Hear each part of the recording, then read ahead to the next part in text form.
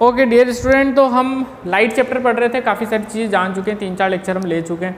अब आगे की कहानी समझते हैं। देखो आज का हमारा टॉपिक रहेगा कि भाई अगर दो प्लेन मिरर है और उन दो प्लेन मिरर को अगर हमने किसी थीटा एंगल पे रखा हुआ है, देखो मैं सिचुएशन बना दूँ, ये एक प्लेन मिरर और ये दूसरा प्लेन मिरर, दोनों को हमने कुछ थीटा एंगल पे रखा हुआ है, ठीक है, 30 डिग्री 40 कुछ भी हो सकता है, वो हमें पता नहीं, किसी ना किसी एंगल पे हमने इनको रख दिया, ऐसे सजा दिया, ठीक, ऐसे सजा दिया हमने दो एंगल, ठीक है। अब इनके बीच में हमने कहीं पर कोई एक ऑब्जेक्ट यहाँ पे रखा, ठीक, तो इस ऑब्जेक्ट की कितनी इमेजेस टोटल हमें मिलेंगी या कितनी इमेजेस बनेगी, तो वो पता लगाने के लिए मैं आपको एक पूरा फॉर्मूला सिखा रहा हूँ अच्छे से, तो आप याद रखना, उससे आप कितनी नंबर ऑफ इमेजेस इसकी बनेगी आराम से फाइंड आउट कर सकते हो। देखो प्यारे बच्चों, हमें सबसे पहले क्या काम करना है, हमें सबसे पहले एक जो भी एंगल दे रखा है ना 360 से उसको डिवाइड कर देना है, 360 डिवाइड बाय थीटा, ठीक है, ये 30 दे रखा है, 120 90 जो भी दे रखा है, तो हम यहाँ पे 360 डिवाइडेड बाय वो एंगल कर देंगे, ठीक है। ऐसा करने से हमारे पास एक नंबर निकल के आएगा m, ठीक है। अब वो m क्या क्या हो सकता है, देखो पहली सिचुएशन, ये m क्या हो सकता है इवन, और ये m क्या हो सकता है ऑड। अभी समझना पूरी बात, उसके बाद आप लिखना इसको। 360 बाई थीटा किया तो एक नंबर आएगा m, m क्या हो सकता है इवन हो सकता है, m ऑड हो सकता है। अगर इवन आता है m, अगर ये वाली सिचुएशन होती है कि m इवन आ रहा है, तो नंबर ऑफ इमेजेस जो होंगी, नंबर ऑफ इमेजेस जो होंगी n, वो होगी प्यारे बच्चों m-1, m-1, got the point. मैं अभी एक एक एग्जांपल लेके भी आपको कराऊंगा, तब तक आप समझें सिर्फ, फिर मैं एग्जांपल लूँगा तो आपको क्लियर हो जाएगी बात। इस एंगल से 360 को डिवाइड कर दिया तो कुछ नंबर निकल के आया, मान लो वो इवन आया, तो इवन आया तो हम नंबर ऑफ इमेजेस n, हमें number of images find out करनी है, तो n कितना होगा m-1, ठीक है, ओवर। अब अगर ऑड आया तो ऑड में दो सिचुएशन होती हैं, ध्यान से सुनना। देखो अगर हमारा जो ऑब्जेक्ट है, ऑब्जेक्ट अगर रखा हुआ है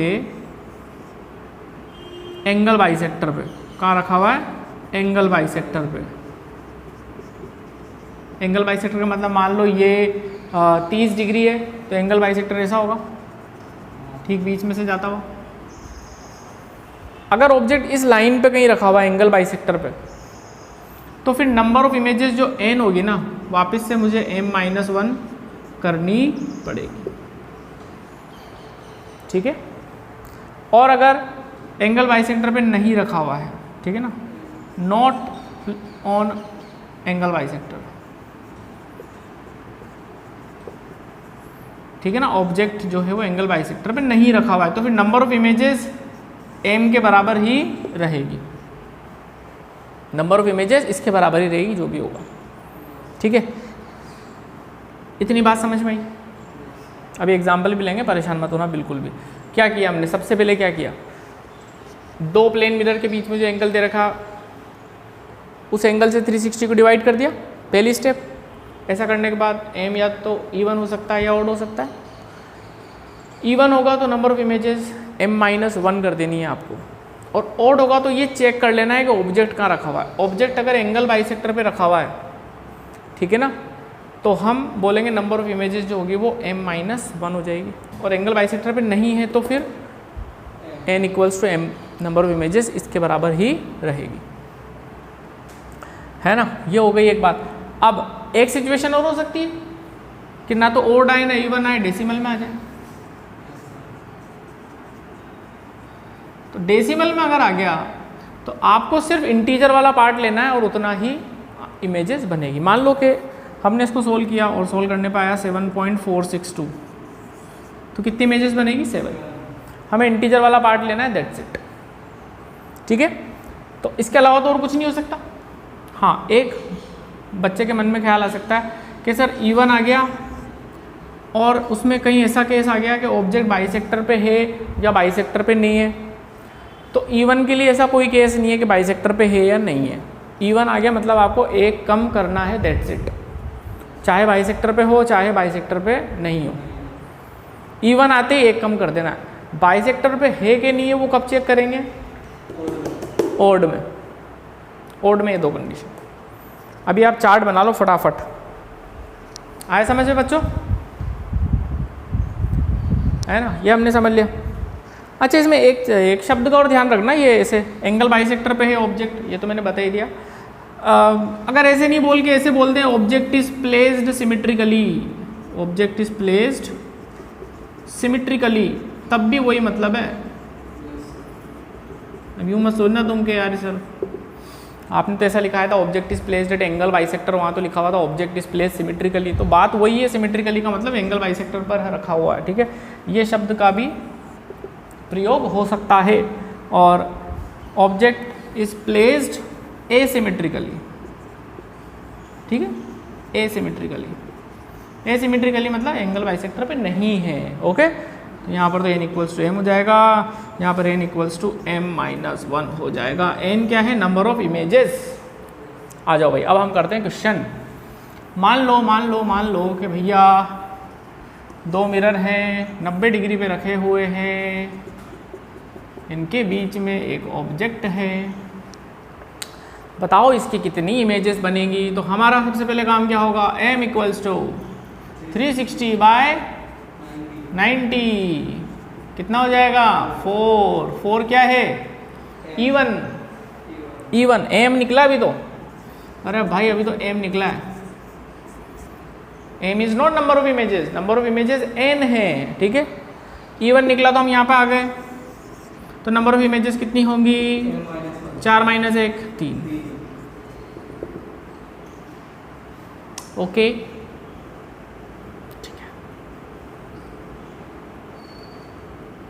आए समझ में? बिल्कुल इजी।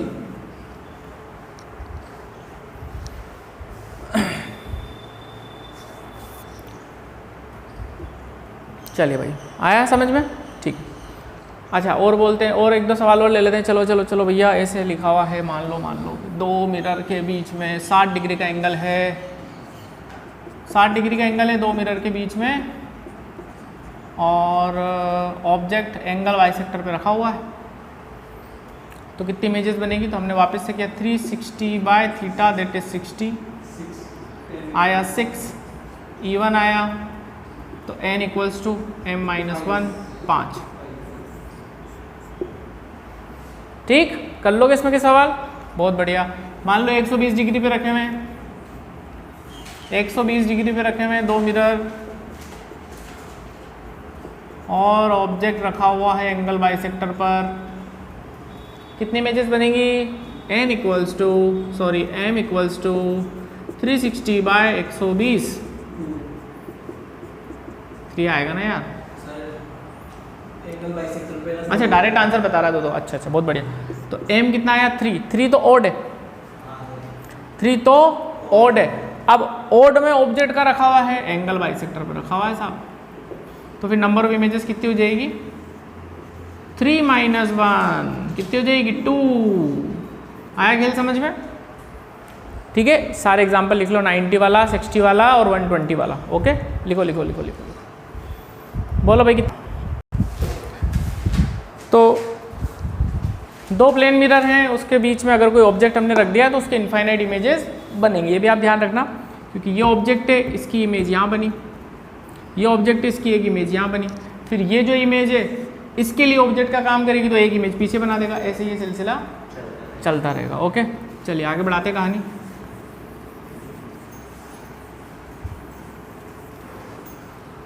अब हम आते हैं स्फेरिकल मिरर्स में। स्फेरिकल प्लेन मिरर हमारा हो गया, काफ़ी अच्छा पढ़ लिया हमने, कोई दिक्कत नहीं है उसमें। ठीक है, अब स्फेरिकल मिरर को समझते हैं जरा, स्फेरिकल मिरर का क्या चक्कर है। जैसे कि नाम से समझ में आ रहा है, ये जो मिरर है किसी न किसी स्फीयर का पार्ट होना चाहिए, it is a part of a sphere. तो एक स्फीयर है, उसका कुछ हिस्सा हमने ऐसे कट कर दिया, ठीक है, कट करके यहाँ पे हमने अलग से इसको बना दिया। एक्चुअल में ये जो दिखेगा ऐसा ऐसा है ये, ठीक है, रियलिटी में तो ऐसा दिखेगा ना। ये जो दिखाई दे रहा है इसको अगर अपन ऐसे टेढ़ा कर दें तो ऐसा दिखेगा हमें, ये लाइन हमें दिखाई देगी ऐसे, बट चीज़ ये है एक्चुअल में, नहीं समझे भाई। स्फीयर है ना, स्फीयर का एक सेक्शन आप कट करके निकाल दोगे तो ऐसा कुछ नहीं बनेगा, ऐसा ही बनेगा। अब इसको ऐसे देखोगे सीधा सामने से तो एक लाइन ही तो दिखेगी यूँ। तो मैं जो लाइन दिखा रहा हूँ ना आपको, ये जो किताबों में आपको दिखाई देगी, इसका मतलब आपको ये समझना है कि मिरर ऐसे रखा हुआ है ये, got the point. But actual में है ऐसा ही। अब सुनो, अब हमने क्या किया, हमने इसकी एक सरफेस को, अंदर वाली सरफेस को तो रिफ्लेक्टिंग बना दिया सिल्वर पॉलिश करके, ठीक है, और बैक साइड को हमने इसको पेंट कर दिया। ये रिफ्लेक्टिंग साइड हो गई या रिफ्लेक्टिंग सरफेस हो गई अंदर वाली, और ये वाली पेंटेड सरफेस हो गई।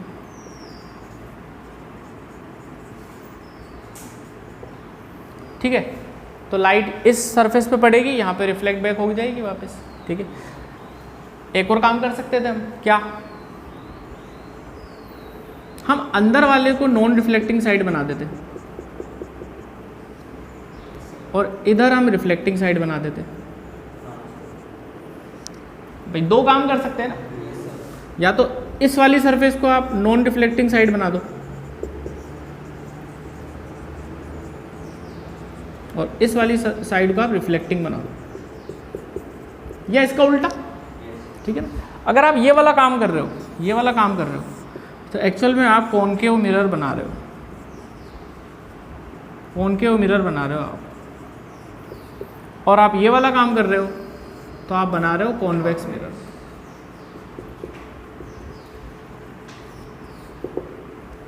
Got the point. Concave mirror कौन सा होगा, जिसकी रिफ्लेक्टिंग साइड कर्व्ड इनवर्ड होगी, कर्व्ड इनवर्ड, कर्व्ड इनवर्ड। कौन सी साइड बेटा, रिफ्लेक्टिंग। कॉन्वेक्स कौन सा होगा, जिसकी रिफ्लेक्टिंग साइड कर्व्ड आउटवर्ड होगी, कर्व्ड आउटवर्ड्स। ये डेफिनेशन है इसकी, दैट्स इट। स्फेरिकल मिरर क्या होंगे, जिसकी रिफ्लेक्टिंग सरफेस कर्व्ड होगी, ठीक है। कितने टाइप के, दो, कॉनकेव, कॉन्वेक्स। कॉनकेव में reflecting side is curved inwards, अंदर की तरफ घूमी हुई है रिफ्लेक्टिंग साइड, वो हमारा हाथ में होता है किसको कैसे साइड बनाना है। और कॉन्वेक्स के लिए reflecting side is curved outward. ये दो तरीके के हमने मिरर पढ़े, ठीक है। अच्छा एक बात बताना, ध्यान देना,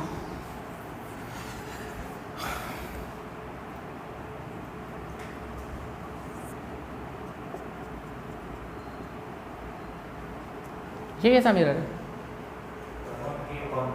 कॉनकेव के कॉन्वेक्स,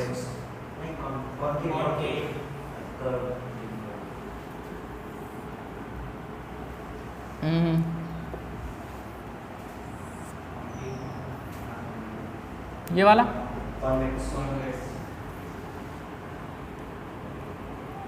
ये वाला कंफ्यूज तो नहीं हो गया। रिफ्लेक्टिंग सरफेस कर्व्ड इनवर्ड होनी चाहिए, ये कॉनकेव है, ये भी कॉनकेव है, ये कॉन्वेक्स, ठीक है। लेकिन आप क्या देखोगे, किताबों में आपको यही वाला मिलेगा, इस कॉनकेव, ये वाला कॉनकेव नहीं मिलेगा किताब में आपको, जबकि वो भी कॉनकेव है बेचारा। तो ये ऐसा धोखाधड़ी क्यों हो रही है, उसके पीछे की वजह बता, उसके पीछे की वजह बता रहा हूँ मैं ना। भाई कॉनकेव के नाम पे आपको ये दिखाई देगा किताबों में, ये नहीं मिलेगा, और कॉन्वेक्स के नाम पे आपको ये दिखाई देगा, ठीक है। ये कैसा है, कॉन्वेक्स, बट किताब में ये नहीं मिलेगा आपको। किताब से क्यों लुप्त हो गए, वो वजह समझते हैं अपन, ठीक है ना। भाई कॉनकेव के नाम पे ये दिखेगा, देख लेना आप कोई सी भी रिफ्रेशर या कोई सी भी किताब, और कॉन्वेक्स के नाम पे आपको ये दिखेगा, है ना। कॉन्वेक्स के नाम पे ये नहीं दिखेगा, जबकि ये भी कॉन्वेक्स है और ये भी कॉनकेव है, लेकिन ये भी दिखाई नहीं देगा आपको। इनके विलुप्ति का कारण क्या है वो आज हमें समझना पड़ेगा। एक खास वजह बताऊं क्या, एक खास वजह ऐसा करने की वो ये है कि भाई जब भी हम लाइट की स्टडी करते हैं ना, तो ऑप्टिक्स जो पढ़ते हैं, तो उसमें सबसे पहला अजम्पशन ये माना जाता है, एक अजम्पशन हम मानते हैं सबसे पहला लाइट पढ़ने के लिए, एक अजम्पशन हमें मानना पड़ेगा कि light travels from left to right, ताकि चीज़ें सब कुछ सबके लिए सब कुछ सेम हो, सब एक जैसी स्टडी करें। नहीं आई बात समझना। एक चीज़ हमने मान ली कि light left to right travel करती है, ऐसा होता है क्या ओरिजिनल में? पागल हो के, लाइट तो सब तक ही चलती है ना यार, आगे पीछे ऊपर नीचे सब जगह, बट हमने एक मान लिया कि भाई लेफ्ट टू राइट चल रही है, अब उसके अकॉर्डिंग जो भी होता हो वो काम कर लो, ठीक है भाई। तो फिर अब ये दो आए मार्केट में कॉनकेव की उसके उम्मीदवारी के लिए, दो आए, इसको सेलेक्ट कर लिया गया, इसको भगा दिया गया। क्यों भगाया? क्योंकि जब मैं ऐसा रखूँगा ना, तुम्हें तो रिफ्लेक्शन पढ़ना है ना, तो लाइट तो ऐसे आ रही है, तो रिफ्लेक्टिंग सरफेस पे पढ़ना चाहिए ना। ये इससे क्या होगा? कुछ भी नहीं होगा, ये तो इस पे पड़ रही है पेंटेड पार्ट पे, तो इससे रेगुलर रिफ्लेक्शन हमारा नहीं होगा, इसलिए इसको हटा दिया। फिर कॉन्वेक्स के लिए दो दावेदार आए थे, तो समझ गए होंगे यही वाला लेंगे, क्योंकि लाइट इधर आ रही है तो इस पे पड़नी चाहिए रिफ्लेक्टिंग पार्ट पे, इसलिए कॉन्वेक्स के नाम पे ये सेलेक्ट किया गया, कॉनकेव के नाम पे ये सेलेक्ट किया गया, ठीक है। लेकिन कॉन्सेप्ट ये कहता है कि ये वाला कॉन्वेक्स है, बिल्कुल है साहब। अगर लाइट ऐसे चलेगी, कोई बढ़िया सवाल अगर आया जिसमें लाइट इधर से चला दी, तो फिर हमें कॉन्सेप्चुअली स्ट्रॉन्ग होना चाहिए, ठीक है। चलिए भाई, ओके। बाकी बच्चे बताओ आप लोग। तो ये खास वजह निकली साहब के light travel from left to right, ऐसा हम मानते हैं, ऐसा होता नहीं है, ऐसा हम मानते हैं, ताकि सब जगह स्टडी एक जैसी चलती रहे। इंडिया, जापान, न्यूजीलैंड, अमेरिका, है ना, सब जगह एक जैसे साइन कन्वेंशन फॉलो करें तो स्टडी एक जैसी रहेगी, तो रिजल्ट एक जैसे आएंगे, ठीक है। अब हम कुछ टर्म्स डिस्कस कर लेते हैं यहाँ पे, सम टर्म्स। देखो ये स्फीयर, इसका ये पोर्शन हमने कट कर दिया, ठीक है ना। ये स्फीयर का सेंटर जिससे ये हम बना रहे हैं, और ये इसका कुछ ना कुछ रेडियस होगा, होगा नहीं होगा? होगा, बिल्कुल होगा। अब ये कट करके हमने ऐसे यहाँ पे अलग से बना लिया इसको, ठीक है। अब इसके कुछ टर्म समझे हम। सबसे पहली टर्म समझें इसका लीनियर अपर्चर। लीनियर अपर्चर, देखो इसको अगर ऐसे रख दूंगा तो ऐसे दिखाई देगा, आपको दोनों तरह से समझ में आना चाहिए भाई। कॉनकेव के लिए समझ लेते हैं, इसको ऐसे रख दूंगा तो यूँ दिखेगा ना। अब किताब में ऐसे लिखा हुआ लीनियर अपर्चर, ये दूरी होती है यहाँ से लेके यहाँ तक, बट एक्चुअल में क्या है ये? एक्चुअल में तो ये है, ये दिखाई दिया। जो हमारा मिरर है ना, स्फेरिकल मिरर, उसकी आप बाउंड्री देखोगे तो सर्कुलर दिखेगी, उस सर्कुलर बाउंड्री का डायमीटर है ये, देख लो आप। आई बात समझ? ये और ये रिलेट कर पाए? It is the diameter of the circular boundary of the spherical mirror, ठीक है बच्चों? ओके। अच्छा, ये हो गया हमारा अपर्चर हो गया। और क्या चीज़ें हैं? देखो ये हमने मिरर जो काट के बनाया अलग, ये इस स्फीयर से बना हुआ है ना बेटा, तो उस स्फीयर का कुछ ना कुछ सेंटर तो होगा ही जिससे बना हुआ है। तो इसको अगर हम एक्सटेंड कर दें ऐसे, इसको अगर हम एक्सटेंड कर दें ऐसे, तो यहाँ पर एक सेंटर दिखाई देगा, वो होगा सेंटर ऑफ द कर्वेचर। क्या होगा इसका नाम? सेंटर ऑफ द कर्वेचर, है ना। Centre of the imaginary sphere of which the mirror is a part of, उस इमेजिनरी स्फीयर का सेंटर जिसका मिरर एक पार्ट है, उसको बोलेंगे सेंटर ऑफ कर्वेचर, ठीक है। ओके, नेक्स्ट टर्म, इस मिरर के ऊपर एक पॉइंट होता है जिसको बोला जाता है पोल। क्या होता है पोल? पोल क्या होता है बताओ ना। अब देखो पूरी बात बता रहा हूँ आपको, जोरदार वाली है ना। वैसे किताब में से लिखा हुआ मिल जाएगा आपको, mid point of the mirror is called pole. इस मिरर का मिड पॉइंट पोल कहलाता है। गलत भी नहीं है, सही है। But pole is any point on the mirror. Pole is any point on the mirror जो हमें कन्वीनियंट लगता हो, उसको पोल बोलते हैं। जो हमें कन्वीनियंट, उसको क्या बोलेंगे? हमें ये कन्वीनियंट लग रहा है मिड पॉइंट, ठीक है। इससे हमारी स्टडी थोड़ी सी अच्छी हो जाती है, इसलिए हम इसको पोल देते हैं। कोई ज़रूरी नहीं है कि आप मिरर का मिड पॉइंट को ही पोल बोलो। पोल एक रेफरेंस पॉइंट है जो हमारे हिसाब से हम सेट करते हैं, और क्योंकि सेंटर पे सेट करेंगे तो चीज़ें सिमेट्रिकल रहेगी, सब कुछ बढ़िया रहेगा, इसलिए हम उसको पोल बोल देते हैं। बोलो भाई, क्लियर है बात?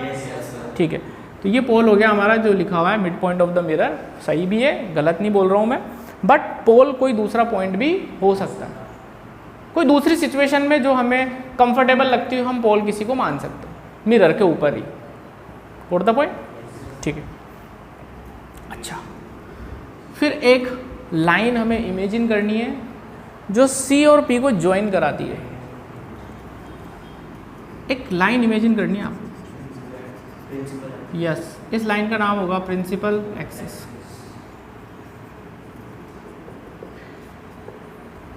It is an imaginary line that passes through C and P. ठीक। अच्छा, लीनियर अपर्चर ये हो गया, सी हो गया, पी हो गया। अच्छा, यहाँ से यहाँ तक की दूरी होगी रेडियस ऑफ कर्वेचर। वो तो रेडियस तो होगा ही सही ना। यहाँ से ये दूरी कितनी होगी? रेडियस के बराबर। ये radius of curvature. What the point? C और पी के बीच में एक पॉइंट आपको दिखाई देगा जिसको बोलते हैं focus, mid point. C P का mid point is focus. Focus से पोल की दूरी, focal length. Focal length, focal length को प्यारे बच्चों हम एफ, स्मॉल एफ से रिप्रेजेंट करते हैं। फोकस को हम कैपिटल एफ से करते हैं। फोकस बोले तो कैपिटल एफ, स्मॉल एफ बोले तो फोकल लेंथ। यहाँ पर हम ऐसा बोल सकते हैं कि जो एफ है वो r/2 होगा, क्योंकि बीच में है ना, ये दूरी इसकी आधी होगी। आ गई मेरी बात समझ में? ठीक है। और क्या बचा? बस हो गया। सी हो गया, पी हो गया, लीनियर अपर्चर हो गया।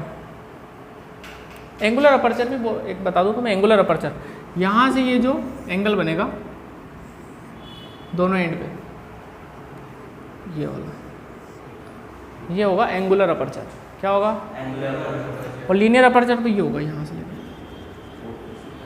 ठीक। ये हमने टर्म सीखी बेटा स्फेरिकल मिरर से रिलेटेड। उम्मीद करता हूँ समझ में आ गया होगा सारी चीज़ें। ठीक है।